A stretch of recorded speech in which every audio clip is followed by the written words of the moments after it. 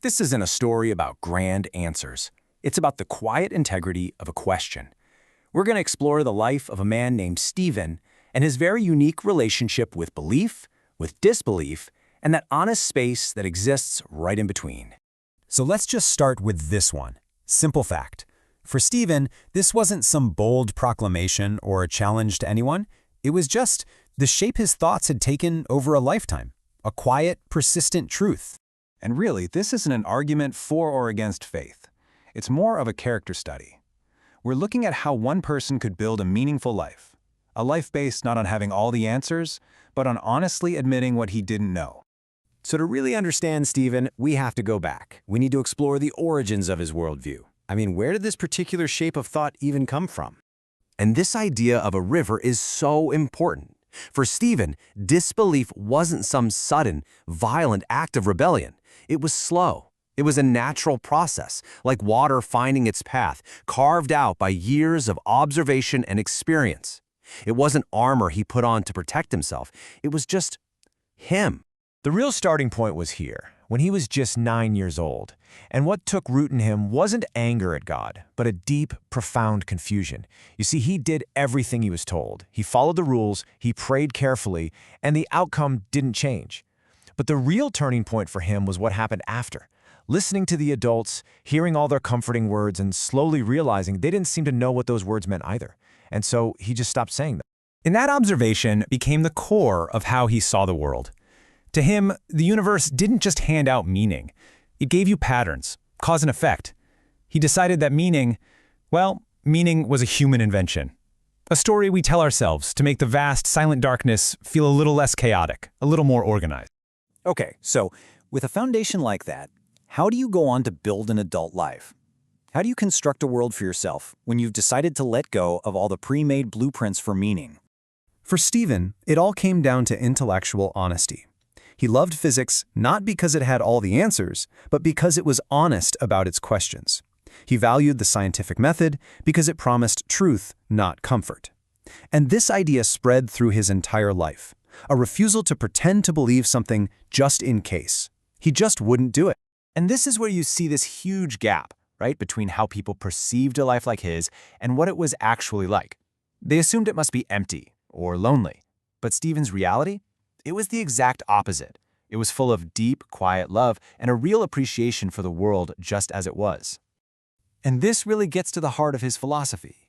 Think about the simple beauty of morning light or the sound of someone laughing. He didn't feel any need to say it came from a higher power.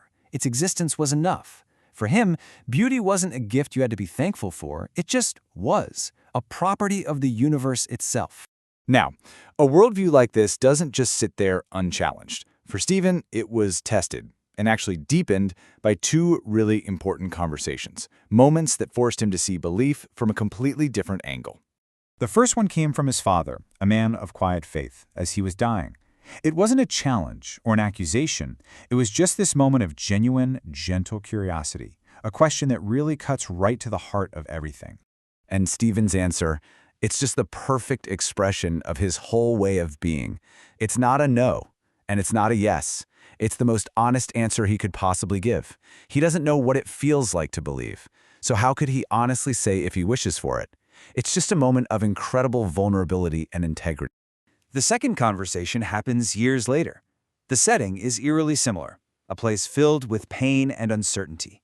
But this time, Stephen is just an observer, watching a woman cope with her grief through the simple physical act of prayer. Now, instead of feeling distant from her or trying to correct her worldview, he just asks a question born out of pure, genuine curiosity. He wanted to understand what her faith did for her, not whether it was valid. And that's a huge shift. Her answer is just devastatingly simple, and it changes everything for Stephen. He suddenly realized that faith wasn't always about making things easier or even about finding answers. For this woman, it was a vessel. A tool for managing an emotional weight that was just too heavy to carry alone. It gave the pain a place to go. So these encounters, they caused this really profound shift inside of Stephen. He started to see the boundaries of his own rational mind, not as some fortress to be defended, but just as a plot of land, with a very clear, defined fence around it. And here's the crucial insight he gained. He started to see belief not as a faulty conclusion, but as a different posture, a different way of standing in the face of the universe's great, unanswerable questions. It wasn't about the answers you landed on, it was about your whole orientation toward the mystery itself. He became so much more aware of the limits, not the flaws, but the limits of his own worldview. He saw that reason was powerful, but it could only explain how things worked, not why they mattered to us. Science could map the brain, sure, but it couldn't describe the actual ache of love. And his own integrity, it just demanded that he not pretend to be certain where there was none to be found. And this all comes to a head in this one beautiful, quiet moment. There's a citywide blackout, and suddenly the night sky is just filled with this brutal clarity, more stars than he's ever seen. And in that moment, he feels very, very small. And strangely, completely at peace with it.